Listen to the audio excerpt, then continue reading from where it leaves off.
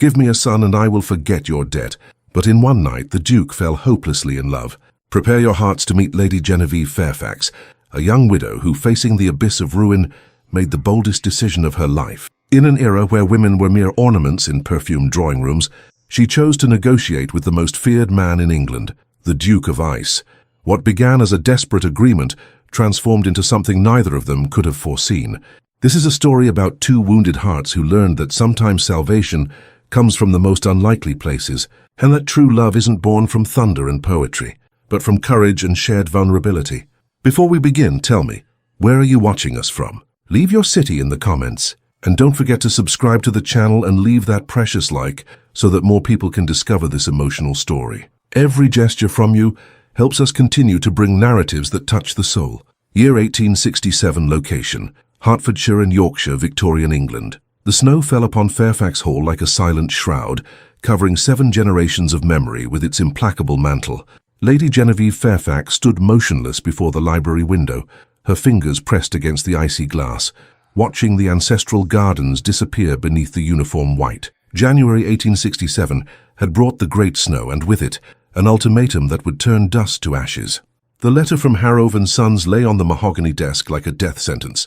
30 days. £75,000, words that danced before her hazel golden eyes until they lost meaning, becoming mere symbols of a catastrophe she would hide from everyone, especially Imogen. Her younger sister coughed in the room upstairs. The sound pierced the oak floorboards like a cruel reminder. The imported medicines cost a fortune she did not possess. Imogen, with her 17 years and fragile lungs, painted watercolors of gardens she would never see bloom if Genevieve failed now. 3 years. That was all Percival Fairfax had needed to dissipate a fortune built over centuries. The £8,000 dowry had disappeared first, then the jewels that belonged to Genevieve's mother, the paintings in the hallways, even the breeding horses that were her father's pride. Gambling tables, races, mistresses who laughed while he wagered his family's dignity on marked cards and loaded dice. Genevieve closed her eyes. She could still see Percival's face on that last morning, pale and sweaty from the fever that consumed him after a night in some sordid gambling den. Pneumonia, the doctor had said. 3 days later, she was a widow at 22, with an estate hemorrhaging debt and a sick sister to protect. But there was something else in the ledgers she had obsessively examined for weeks. A name that appeared repeatedly in the last 6 months of Percival's life. Lucian Blackwell, Duke of Thornfield. 80% of her late husband's debts now belonged to a single man, a man known throughout England as the Duke of Ice. Genevieve opened a secret drawer in the desk. In it were the notebooks she had kept hidden throughout her marriage. Agronomy studies, crop rotation calculations, economic projections to modernize Fairfax. Percival would have ridiculed her. "Women don't understand business," he used to say, his breath heavy with brandy. But Genevieve understood. She understood that Fairfax Hall could be saved if someone gave her time. At the back of the drawer, her fingers found the yellowed envelope. Her mother's letter, written shortly before she died giving birth to Imogen. Genevieve had read it hundreds of times, but today the words seemed to pulse with renewed urgency. "I dream that my daughters will manage Fairfax together, not just hand it over to men who do not understand what it means to belong to a place." The clock on the mantelpiece struck 6. Outside, the snow continued to fall, and Genevieve made the decision that would change everything. She would go to Yorkshire. She would go to the castle in the desolate lands and find the Duke of Ice, and she would not leave without an answer. 3 carriages had refused the journey. The 4th agreed only when she offered triple the normal price. The next morning, while Imogen slept under the effect of laudanum that calmed her lungs, Genevieve left. She wore her only decent traveling dress, black as befitted a widow, and carried only a small suitcase. She did not say goodbye to the family portraits in the halls. If she failed, she would never see them again. The snow fell like a curtain closing on the final act of a play she did not yet know how to end. The world had become white and silent. For 3 days the carriage advanced through the most violent blizzard in 20 years. The coachman, a middle-aged man named Thomas with a time-weathered face, alternated between curses and murmured prayers. The roads disappeared under layers of snow, and more than once they had to turn back when they found impassable routes. Genevieve slept little. At night, in icy inns with insufficient fireplaces, she reread her notebooks by flickering candlelight. Numbers and projections, the rational language she would use to convince a duke that she deserved more time. But when the candles burned out and darkness enveloped her, The questions came that numbers could not answer. What would she say to him? How would she negotiate with a man known for never yielding? On the third morning, Thomas woke her with grim news. The road ahead was blocked. Fallen trees, snow as high as a man. They were only 5 miles from Ravenmore Castle, but the carriage would not get through. "We must turn back, milady," he said, removing his snow-covered hat. "There is no way to continue." Genevieve stepped out of the carriage. The wind cut her face like blades of ice. In the distance, through the storm, she could see the dark silhouette of stone towers etched against the grey sky. 5 miles. 2 hours of walking, perhaps 3 with the deep snow. "Go back to the last inn, Thomas. I will continue on foot." "Lady, that is madness. You will freeze to death." But Genevieve was already walking. The snow reached her knees, then her thighs. The dress weighed like lead, soaked and frozen. Her boots, suitable for heated drawing rooms, were pathetic against the winter of the Yorkshire moors. She fell twice. She got up twice. She continued. The world reduced itself to each step. Just one more, and one more, and one more. Her fingers lost feeling first, then her feet. But something deeper than reason pushed her forward. Perhaps it was the image of Imogen coughing blood onto white linens. Perhaps it was the ghost of her mother, who had died in childbirth. Perhaps it was simply the refusal to accept that 7 generations of Fairfax would end because one man had not known how to value what he had. When the castle finally rose before her, a fortress of black stone against the storm, Genevieve no longer knew if she was walking or being carried by the wind. Her legs moved on muscle memory. She climbed the stone steps. She lifted the bronze knocker, heavy as her exhaustion, and knocked. Once, twice. The door opened, revealing an elderly butler with a severe expression. Mr. Davies looked her up and down, from her disheveled, snow-covered hair to the dress that dripped icy water onto the immaculate marble of his hall. "We do not accept beggars. Proceed to the servants' entrance, or—" "I am Lady Genevie Fairfax," she managed to say, her voice brittle with cold. "I must speak with his grace." The world began to spin. The stone walls curved. The marble floor rose to meet her, and the last thing Genevieve saw before the darkness was the look of shock on the butler's face. And then nothing. Just the cold and beyond it merciful oblivion. The light was soft when Genevieve opened her eyes. Not the harsh grey light of the snow, but something golden, warm, filtered through heavy velvet curtains. For a moment she didn't know where she was. Then fragments of memory, the snow, the walk, the fainting. She turned her head slowly. The room was large, decorated with austere elegance. Dark wood furniture, moss-green wallpaper, a fireplace where the fire crackled low. Her hands were bandaged. When she tried to move her toes, a sharp pain shot up her legs. "Do not move yet." The voice came from the shadow near the window, deep, controlled, with a steel quality that made something in her chest tighten. A man emerged from the gloom and advanced to where the firelight could reach him. Lucian Blackwell was younger than she expected. 30-something, perhaps 35, but there was something in his steel-colored eyes that suggested decades more experience. Black hair with silver threads at the temples, features sculpted with aristocratic precision, broad shoulders under the impeccably cut house robe. But it was his eyes that held her, icy, calculating, and yet there was something there. An old pain hidden under layers of ice. "Your Grace." Genevieve tried to sit up, but he raised a hand. "Stay lying down. The doctor said your toes suffered the beginnings of frostbite. A few more minutes in that snow and you would have lost them." "How long was I unconscious?" 16 hours. "It is the morning of January 19th. He approached, took a chair and sat beside the bed with movements that were pure economy, not a wasted gesture. Genevieve realized he was studying her like a chess player studies the board. "Why did you not send a letter requesting an audience, Lady Fairfax?" The question was a trap, she knew, but the truth was the only weapon she possessed. "Because your Grace would have refused, and I cannot accept refusal." Something changed in his eyes, not exactly approval but interest, as if she had made an unexpected move in the game. "You—" "Nearly died getting here. I would rather die trying than live knowing I did not." The silence that followed had its own texture. Genevieve could hear the fire crackling, the wind howling against the windows, her own breathing.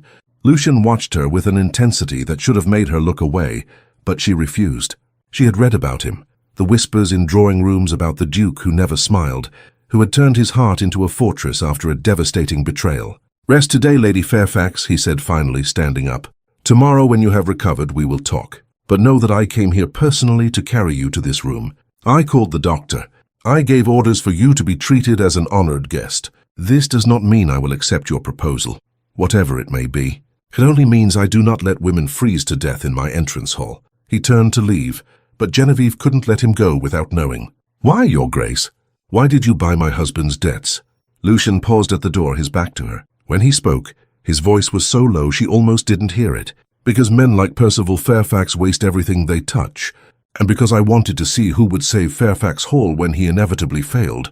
He looked over his shoulder. It seems I have found my answer. The door closed with a soft click, leaving Genevieve alone with the fire and her multiplied questions. 2 days later, when the pain in her feet had subsided to a dull throb and she could walk without stumbling, Genevieve was summoned to the Duke's study. The room was like its owner, elegant, austere, imposing. Bookshelves covered 3 walls, floor to ceiling.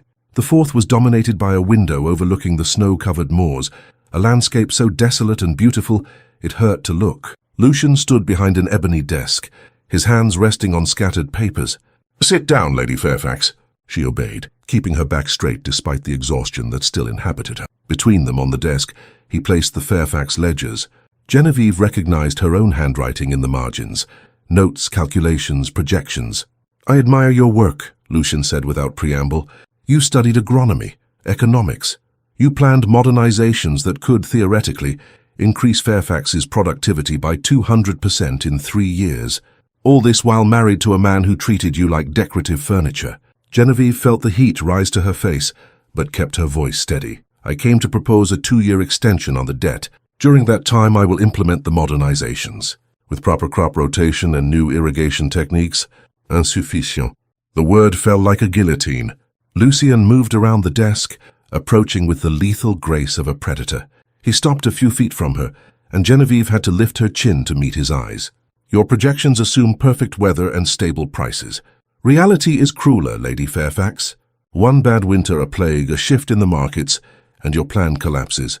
I do not accept risks based on hope. Then what does your Grace propose?" The words came out more desperate than she intended. Lucian studied her in silence. In the fire that crackled in the hearth, shadows danced across his face, making it impossible to read his expression. When he finally spoke, his voice was low, almost gentle, which made it more disturbing. "I have a need that money cannot buy." Genevieve's heart quickened. She knew the stories, the whispers about powerful dukes and vulnerable widows. But there was something in the way he looked at her that was not lust. It was something more calculated, more desperate. "I need an heir," he said simply. "I have 5 years to produce a legitimate male child, or everything I have built passes to my cousin Alistair, a man who has already beaten servants for sport, and who would turn this duchy to ashes in a generation." Genevieve felt the air leave her lungs. "Your Grace is only 35. Surely you can find a suitable bride." I tried. For the first time, something that might have been pain crossed his eyes. 13 years ago, I was engaged. 3 days before the wedding, I discovered my fiancée was 4 months pregnant. With my cousin Alistair. She planned to pass the child off as mine after the marriage. Since then, I have not been able to trust enough to try again. The silence that followed was too thick to breathe. Genevieve understood then she was not facing a cold man. She was facing a broken one. "Your proposal," she whispered, though she already knew. "You give me an heir. In exchange, I cancel the £75,000 debt and give you another 10,000 for modernizations at Fairfax. The child would be raised here as Viscount Blackthorne, with all the advantages of his position. You would have quarterly visitation rights. You are asking me to sell my child. I am offering to give your child a future you cannot provide, and save your sister in the process." He leaned in slightly. "I think you know the value of necessary sacrifices, Lady Fairfax." Genevieve closed her eyes. She saw Imogen pale and fragile. She saw Fairfax Hall being torn from 7 generations of history. She saw her mother's letter, the dream destroyed. And she also saw this man before her, as alone in his stone fortress as she was in her empty drawing room. When she opened her eyes, she had made a decision. Perhaps not the right one, but the only one possible. Not 3 months, 2 consecutive nights. It increases the chances without being so prolonged. If I conceive debt cancelled and £10,000, if not 60% of the debt cancelled and 5,000, she held his gaze. "And you will answer one question with absolute honesty. Why me? Why not hire a courtesan, a woman accustomed to such transactions?" Lucian smiled then, the first smile she had seen, and it was like sunlight breaking through storm clouds. "Because you walked 5 miles through a deadly blizzard to save your family. Because you managed an estate alone, while society assumed you were just an ornamental widow. Because you negotiate like a general on a battlefield. He held out his hand. Because I need my son to inherit your strength, not my coldness. Genevieve looked at the outstretched hand. If she took it, she would be agreeing to something that would change everything. But in truth, everything had already changed the moment she decided to walk through the snow. She shook his hand, firmly, sealing the deal. 2 nights, Lucian said. Blackthorn Lodge next week. And so the impossible was agreed upon between 2 strangers who had only their loneliness in common. The next 6 days were a fog. Genevieve returned to Fairfax Hall in a comfortable carriage sent by Lucian, through roads now cleared by the storm's temporary truce. She told Imogen only a half-truth. She had negotiated a favorable debt extension in exchange for administrative consulting for the Duke. Her sister, relieved, did not question it. Her cough was already improving with the medicines they could now afford. But at night, alone in her room, Genevieve wrote a letter to Imogen explaining everything, sealed and hidden with instructions to be opened only if something happened to her. Women died in childbirth. She needed her sister to know the truth if the worst came to pass. On the morning before leaving for Blackthorn Lodge, Genevieve visited the family cemetery. Her mother's grave was covered in moss, the inscription almost illegible, Helena Fairfax, 1837-1865, beloved wife and mother, 28 years old. She had died giving birth to Imogen, leaving Genevieve at 8 years old to raise her newborn sister. Genevieve knelt on the frozen ground. Mother, I don't know if what I am doing is right.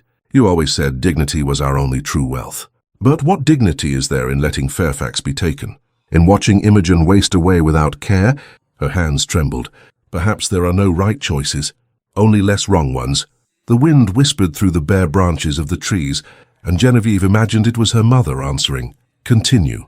Meanwhile, in the Scottish Highlands, Lucian Blackwell prepared Blackthorn Lodge with a meticulousness that bordered on obsession. The hunting lodge was a dark stone building surrounded by black pines, isolated from everything. He dismissed the servants, hired only a temporary cook to prepare meals she would leave ready. Then she, too, left. He wanted absolute privacy, not out of shame, but because what would happen there was too intimate for witnesses. He selected wines, arranged rooms, ensured the fireplaces had enough wood for 2 days, and he realized, with a shock that destabilized him, that he was nervous. More nervous than he had been in any state negotiation, in any political confrontation. His hands trembled slightly as he smoothed the covers on the bed. 13 years. It had been 13 years since Lavinia, since he had trusted someone enough to be vulnerable, and now he was about to be vulnerable with a woman he barely knew, in an agreement that anyone would call sordid. But it didn't feel sordid when he thought of Genevieve. It felt necessary, like 2 drowning people who decide to cling to each other, even without knowing if it will save them or just prolong the fall. Genevieve arrived at dusk on January 30th. The sky was the color of lead, and the black pines around Blackthorn Lodge seemed like silent sentinels guarding ancient secrets. The carriage stopped and she disembarked alone, refusing the coachman's help. Lucian was waiting for her at the door. He wasn't wearing his ducal elegance, but simple clothes, white shirt, dark waistcoat, trousers. He could almost be any man, not a duke. Almost. Lady Fairfax. He bowed slightly. Welcome. Inside, the lodge was smaller than the castle, but just as well kept. Stone walls, dark wooden beams on the ceiling, a large fireplace where the fire crackled. The table was set for 2. Roast pheasant, roots roasted with rosemary, still warm bread, French wine. I dismissed the servants, Lucian explained, pouring her wine. I prepared dinner myself. I hope you don't mind the simplicity. I didn't imagine your grace knew how to cook. There are many things you don't imagine about me. He raised his glass. As there are many things I don't imagine about you. Perhaps tonight we can begin to remedy that. They ate in silence at first, the uncomfortable kind of silence between 2 strangers, about to share the greatest of intimacies.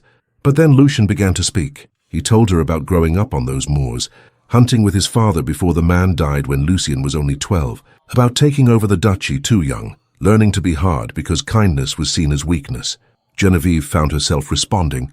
She spoke of her empty marriage, how Percival treated her like beautiful furniture, how she studied in secret, kept ledgers hidden, waiting for a chance to prove her worth that never came until he died. He never touched me after the first year, she admitted, looking at the wine in her glass. He preferred his mistresses and gambling tables. Our marriage was signed paper, nothing more. Lavinia. Lucian paused, the old pain returning to his eyes. I haven't touched a woman since her. 13 years. A few paid mistresses, but no real intimacy. Just empty transactions. The fire crackled. Outside, it had begun to snow again. "We are both broken people, aren't we?" Genevieve said softly. "Perhaps. Or perhaps just people who learned to survive." He stood, held out his hand. "Shall we finish what we started, Lady Fairfax?" Her hand trembled when she placed it in his. They climbed the narrow staircase together. The room was simple. A large bed, a lit fireplace, a window showing the snow falling in the darkness. And there, far from the world, two strangers became something more. It was awkward at first. Genevieve was tense, her body remembering years of being ignored. Lucian was gentle, but there was a distance in him, a fear of feeling too much. They fulfilled the duty they had agreed upon, but there was no magic. Just quiet courtesy and mutual relief when it was over. Afterward, Lucian dressed and went to another room. Genevieve lay alone, staring at the ceiling, wondering how it was possible to conceive life from something so empty. But she didn't know yet. The second night would be completely different. The morning dawned white and silent. Genevieve woke up alone, disoriented for a moment. Then the memories returned, and with them a deep sadness. Was this how it would be? A cold transaction, completed without feeling. She went downstairs to find Lucian already in the kitchen, making coffee. He looked at her, and something in his expression was different, less guarded, as if the night had cracked something in him too. "There's a path in the forest," he said, "if you'd like to walk. It has stopped snowing." They walked side by side among the pines. The snow reached their ankles, but the air was still, without wind. It was like being inside a snow globe, a world apart. And there, far from titles and agreements and signed papers, they began to truly talk. Lucian told her about his father, a gentleman who had died of a fever when Lucian was 12, about how he had to harden himself, transform into the Duke of Ice, because dukes who show weakness are devoured by human-shaped vultures. "When Lavinia betrayed me," he said, stopping to touch the rough bark of a pine tree, "I married my title. I decided I would be the best Duke Yorkshire had ever known. No feelings, no vulnerabilities, just duty and excellence." He laughed without humor. "And here I am, 13 years later, so lonely I had to make a business deal just to try and feel something human again." Genevieve placed her hand over his on the tree trunk. "When my mother died giving birth to Imogen, I was 8. Suddenly I had a newborn sister and a father who couldn't look at the baby without seeing his dead wife. I raised Ginny myself. At 13, I was already running the house. At 17, I was married off to save the family's finances." Her voice trembled. "I've spent 25 years living for others. I don't know who I am when I'm not saving someone." Lucian turned his hand, intertwined his fingers with hers. "Perhaps we are both so used to being strong that we've forgotten how to be human." They returned to the lodge as the sun began to set. They dined again, but this time the conversation flowed. Lucian spoke of books he loved, of politics that frustrated him, of the crushing responsibility of bearing a title that affected hundreds of lives. Genevieve shared her dreams for Fairfax, the innovations she wanted to implement, the desire to prove that women could manage estates as well as men. And when they went up the stairs the second time, everything was different. It was no longer an agreement. It was two lonely people deciding for one night not to be alone. Lucian touched her with reverence this time, as if she were something precious, not a transaction. And Genevieve responded with a vulnerability she didn't know she possessed. Between them, something ignited that had no name. Not love yet, it was too soon to call it that, but recognition, the deep kind of recognition of two equally wounded souls.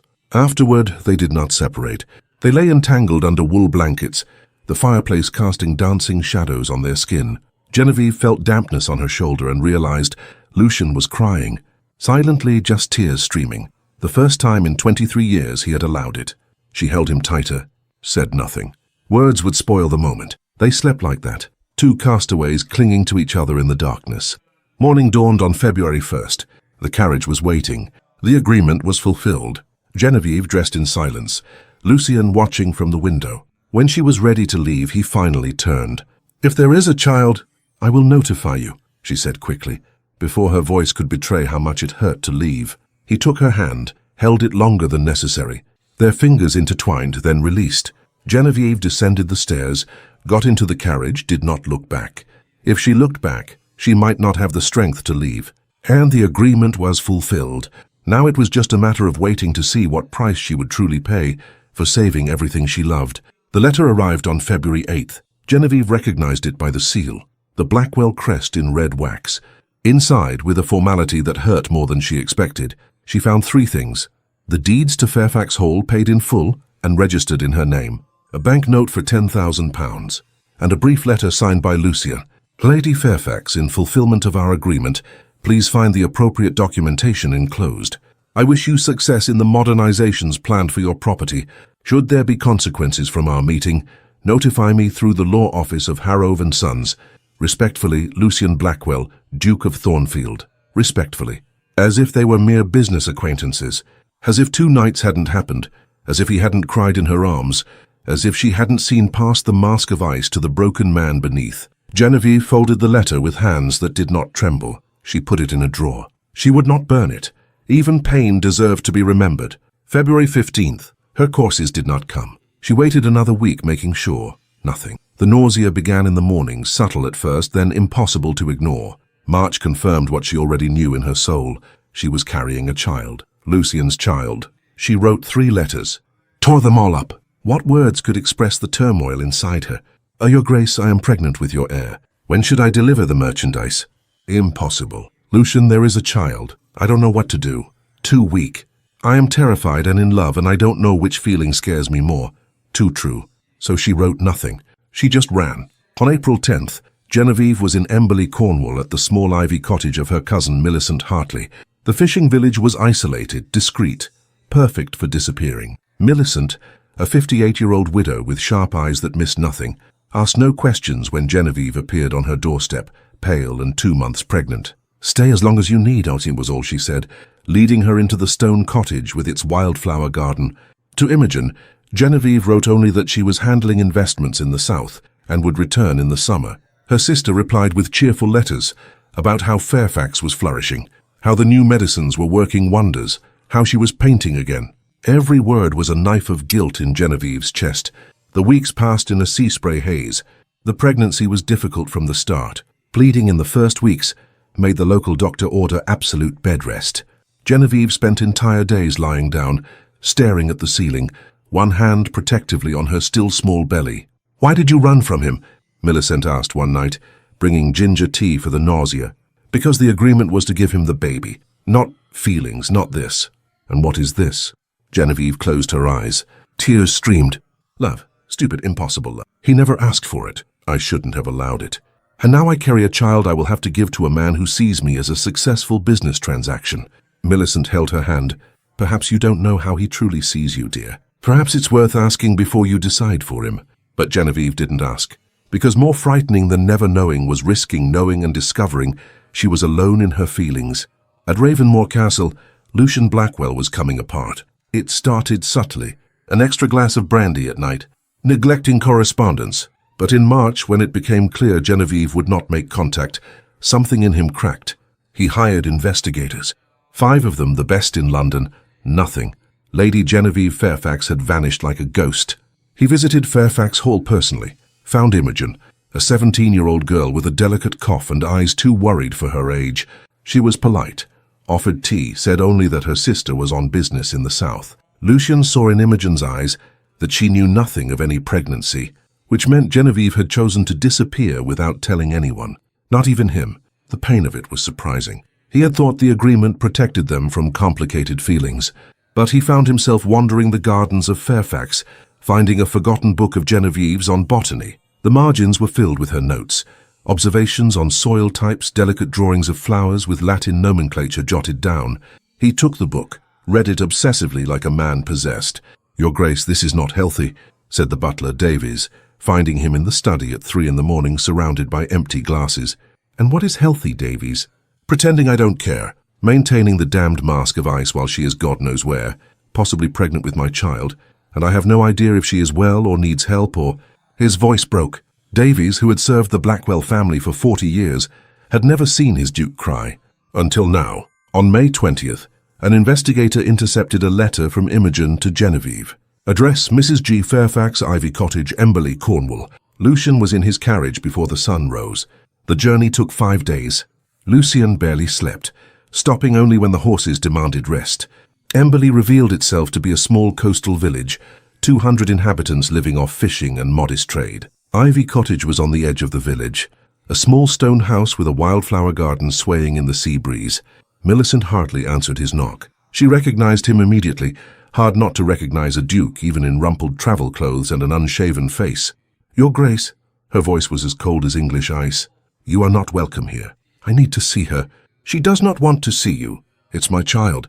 He hated how desperate it sounded. "Please." Millicent studied him with eyes that had seen too much of life to be fooled. "Genevieve is nearly 4 months pregnant. The pregnancy has been difficult from the start. Bleeding, severe nausea, the doctor ordered absolute bed rest. Your presence would cause stress when she needs calm." "Then let me just see her. Through the window, something. I need to know she is well." Millicent sighed. She indicated with her head. "Second floor window. But after that, Your Grace, leave her in peace until the child is born. It is the best thing for her." Lucian stepped back, looked up, and there she was.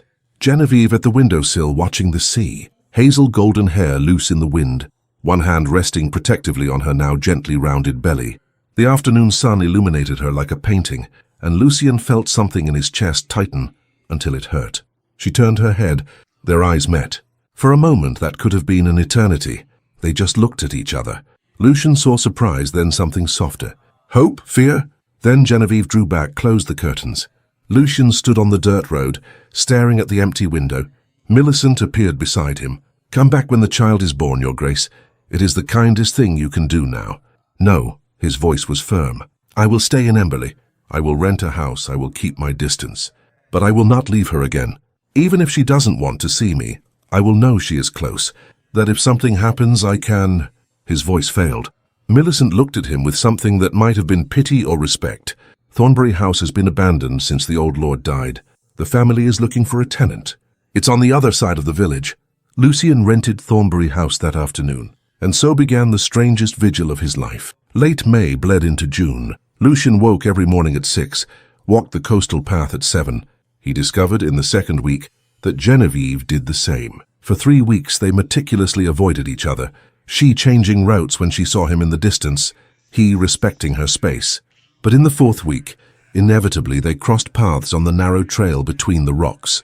There was no way to avoid it without one of them backing down, and neither of them backed down. Genevieve was in her 4th month now, her belly a gentle curve under the simple dress. Her hair was loosely tied, cheeks flushed from the walk. She was the most beautiful thing Lucian had ever seen. "Why are you here?" Her voice was low, carried on the sea wind. "Where else would I be? Our agreement does not require your presence." Lucian took a step forward, then another. He stopped just an arm's length from her. "Forget the damned agreement." The words came out harsh, almost furious, and then Genevieve began to cry. Not delicately, but with deep sobs that shook her body. Pregnancy hormones intensifying already impossible emotions. Tears she had been holding back since February, finally overflowing. Lucian didn't think. He just pulled her into his arms. She didn't resist, sinking against his chest, clutching his shirt like a frightened child. He held her, one hand protective on her head, the other on her back, while she cried out years of loneliness and fear and unrequited love. The sea crashed on the rocks below. Gulls cried. The world kept turning, but there on the narrow trail, time stopped. "I'm sorry," Genevieve finally whispered against his chest.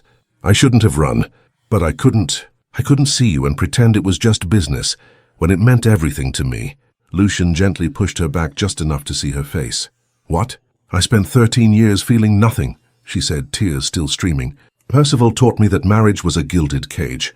Then you appeared with your impossible agreement, and somehow in those 2 nights you made me feel alive for the first time. You made me feel seen, and when you sent me that cold formal letter, I understood I was alone in these feelings, that for you it had just been fulfillment of a contract."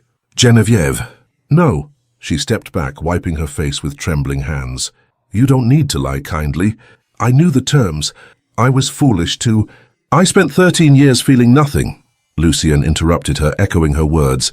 "Lavinia taught me that opening your heart was an invitation to betrayal. I built walls so high no one could scale them. Then you appeared half-frozen in my hall, utterly stubborn, refusing to be intimidated by me, and something in the walls cracked." He took her hands, held them firmly. "Those 2 nights at Blackthorn, the walls came down completely. It terrified me, so I ran in the only way I knew how, by sending cold documents, by keeping my distance. But the last 4 months have been hell, Genevieve. I haven't slept. I haven't eaten properly. I searched for you like a man possessed because the idea of you being in danger, or needing help, or—" His voice broke. I can't pretend I don't care anymore. I can't keep the mask on when it comes to you. Genevieve's eyes widened. Hope and fear warred on her face. "What are you saying?" "That I love you," Lucien said simply. "I love your intelligence, your courage. I love that you negotiate like a general. I love that you challenged me when everyone else bows. I love that you made me feel human again. And I love our child, not because he is an heir, but because he is part of you." The silence that followed was so deep they could hear their own heartbeats. "Lucien," Genevieve whispered, "I love you too. God help me, I love you. That's why I ran. I couldn't stand the thought of handing over our child like merchandise when every cell in me screamed that we belonged together." Lucien pulled her to him again, but this time to kiss her. It was a kiss salty with tears and sea wind, desperate and gentle at the same time. When they parted, they were both crying. "Marry me," he said against her lips. "First treaty and dualitangs is nefixais, Bruin, for real, not for an agreement. Not for necessity, because waking up without you is waking up with half my soul missing." "Yes," Genevieve said, laughing and crying simultaneously. "There 1,000 times, yes." And there on the coastal path under the June sun, two broken hearts finally became whole. But fate, cruel and capricious, had one final test. June 28th. Scarlet fever came to Emberley like a biblical plague. It started with the children. Bright red rashes, burning fevers, skin peeling that looked like leprosy. In 3 days, 40 people were sick. The local doctor, 70-year-old Dr. Grimsby, was overwhelmed. Genevieve, ignoring the protests of Lucien and Millicent, helped care for the sick. She couldn't stay safe while children were dying. Lucien worked by her side, discovering that a duke could carry water and change linens as well as any servant. June 30th. At 9 at night, Genevieve returned to Ivy Cottage trembling. At 10, she had a fever of 104 degrees, 40 degrees C. At 11, she went into labor, 7.5 months, too premature. Millicent screamed for Dr. Grimsby as Genevieve convulsed on the bed, unconscious, delirious. The doctor arrived, examined her with a grim face and pulled Lucien into the hallway. "We must choose, Your Grace. The fever is killing her. The labor is killing her. I can try to save the child with a cesarean, but that will certainly kill Lady Fairfax. Or I can try to save Lady Fairfax, but I will likely lose the child." The world stopped. Lucien looked at the closed door where Genevieve was dying. "Save her," he said without hesitation. "Save Genevieve.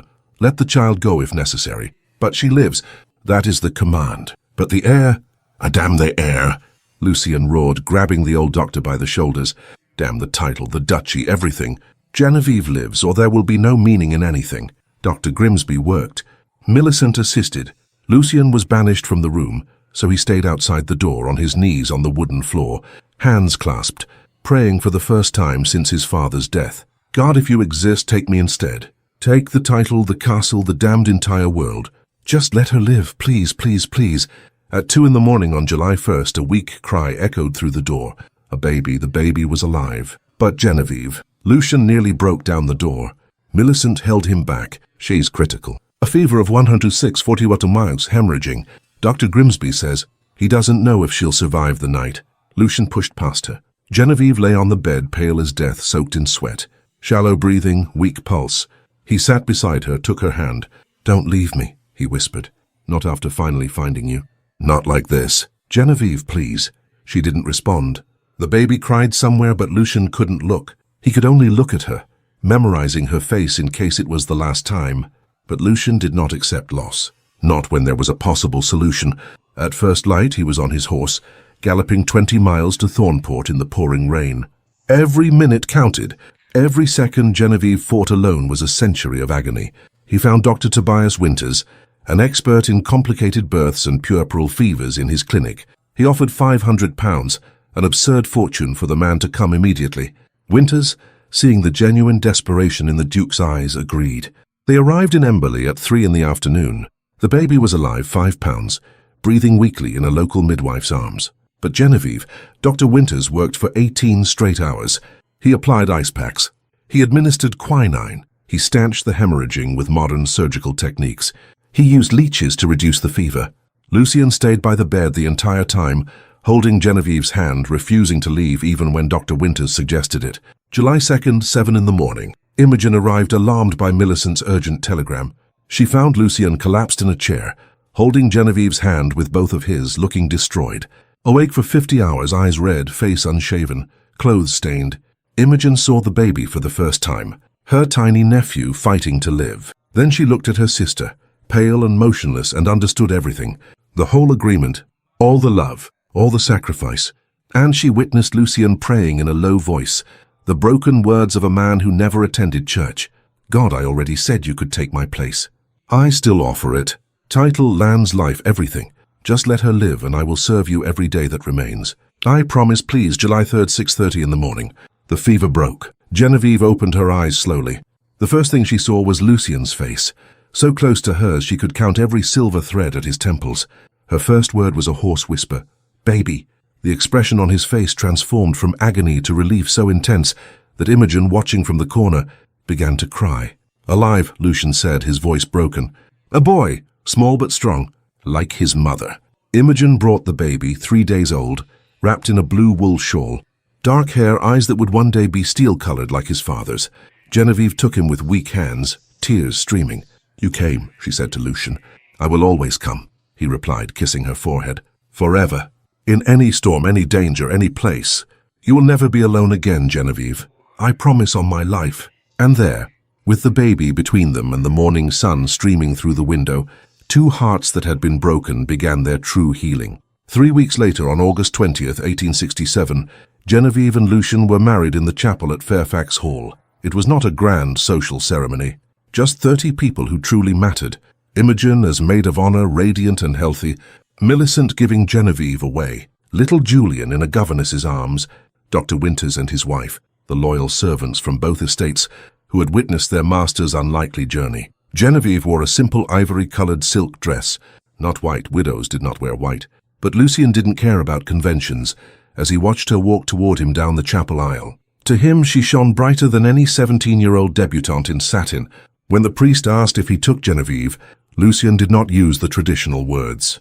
He turned to her, took both her hands, and said, I should have asked for your hand properly, with flowers, terrible poetry, on bended knee in the damp earth as honorable men do. I deserve for you to reject me for making our story begin with a business agreement. Genevieve smiled, tears shining. I accept you exactly as it happened. Our story is strange, but it is ours. And I would not trade a single moment, because every step brought us here. Then I take you, Genevie Fairfax, as my wife, not for duty, not for an heir, but because you saved me from myself. I promise to honor you, protect you, love you, and above all, to always see you as the extraordinary woman you are. There was not a dry eye in the chapel. Even the priest had to wipe his glasses. The years that followed were beyond dreams. Genevieve divided her time between Fairfax and Ravenmore. Under her management, Fairfax Hall became a model estate. Productivity increased 300% in 3 years. Other lords began to copy her techniques. Some even scandalously asked the female duchess for consulting. Lucien discovered he loved working alongside his wife, learning about crop rotation and irrigation. For the first time, his title was not a solitary burden, but a partnership. More children came. Beatrice in 1869, Matthias in 1871, Clementine in 1872. The house that had been so silent filled with laughter and the glorious mess of childhood. Imogen married Dr. Tobias Winters in 1870, surprising everyone by finding love during Genevieve's convalescence. They had children of their own, a happy life on the coast where the sea air kept Imogen's lungs healthy. Even Alistair, the cruel cousin, received a posthumous redemption. Lucien ensured that his illegitimate daughter, the result of the betrayal with Lavinia, was educated and given a generous dowry.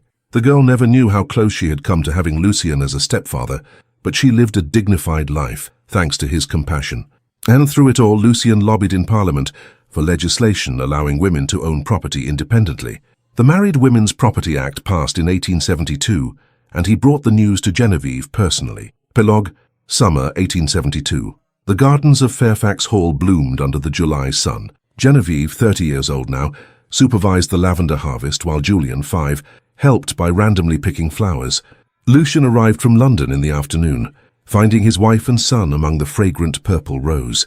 He swept Julian onto his shoulders, kissed Genevieve deeply enough to make the gardeners look away. I have news, he said. Parliament passed the legislation. Women can now own property separately after marriage.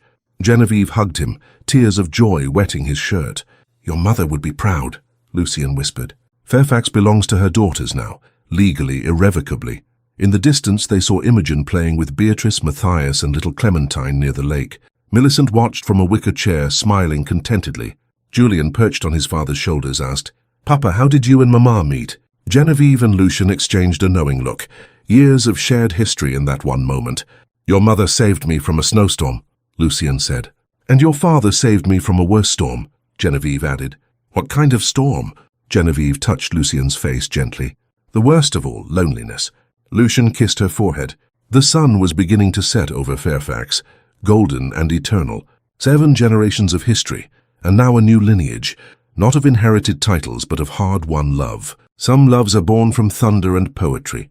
Theirs was born from desperation and courage, and proved to be indestructible precisely because of it.